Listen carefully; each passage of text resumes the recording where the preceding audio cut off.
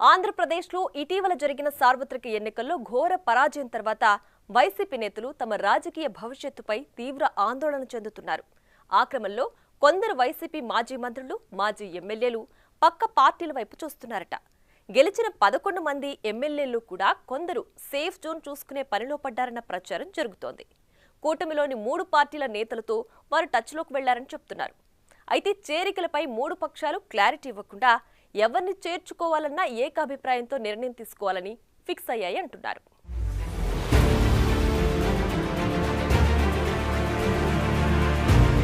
అనూహ్య ఓటమితో YCP నేతలు ఉక్కిరిబిక్కిరవుతున్నారు. సీఎంగా ఉన్నప్పుడు అధికారం శాశ్వతమని ధీమా వ్యక్తం చేసిన జగన్ మాటల్ని గుడ్డిగా నమ్మిన వైసీపీ నేతలు విచ్చలవిడిగా వ్యవహరించారు. ఇప్పుడు చూస్తే వారి పరిస్థితి వారికే అర్థం కాకుండా తయారయ్యింది. అధికారం అండ లేకపోతే తమ అక్రమాలు బయటపడతాయని అనుకుంటున్నారో ఏమో పలువురు మాజీలు పార్టీ మారే ప్రయత్నాలు మొదలుపెట్టారట.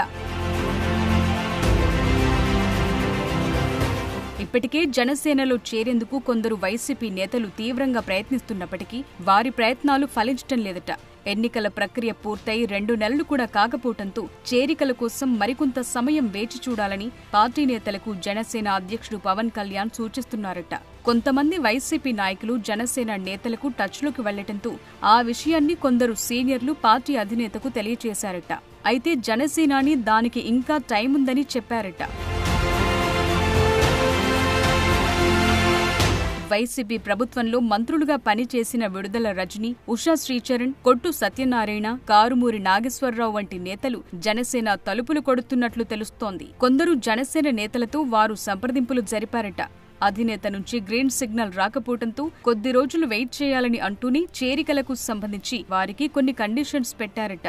ఆ షరతులతో చేసేదేమీ లేక జనసేనలో చేరదామనుకుంటున్న కొందరు బీజేపీ నేతలకు టచ్లోకి వెళ్లారనే చర్చ జరుగుతోంది.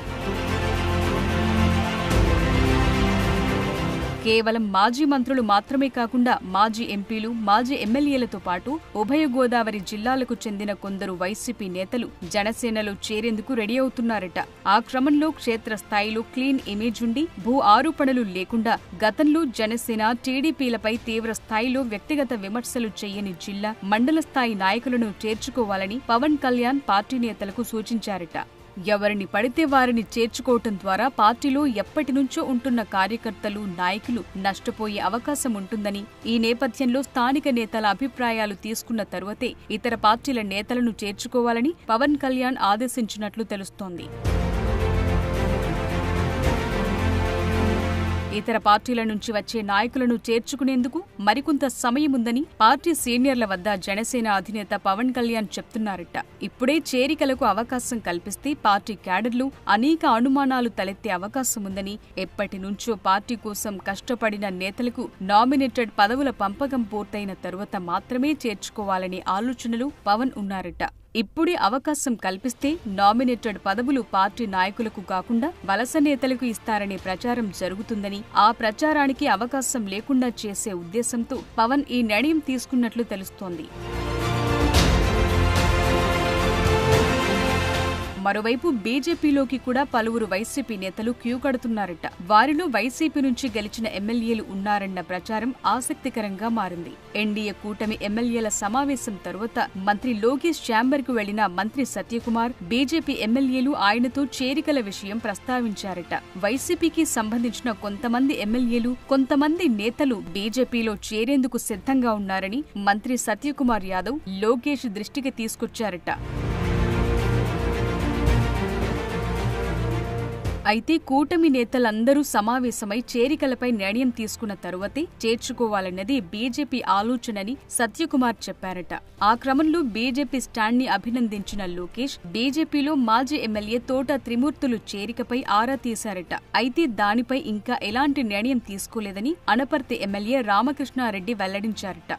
ఎవరు వస్తానన్నా కూటమి నేతల సమావేశం తరువాతే నిర్ణయం తీసుకుంటామని, 3 పార్టీల వారి ఏకాభిప్రాయంతోనే చేర్చుకుంటామని బీజేపీ నేతలంటున్నారు. మొత్తానికి ఇప్పటికైతే జనసేన, బీజేపీలో వైసీపీ నేతలకు గేట్లు తెరుచుకునే పరిస్థితి కనిపించటం లేదు.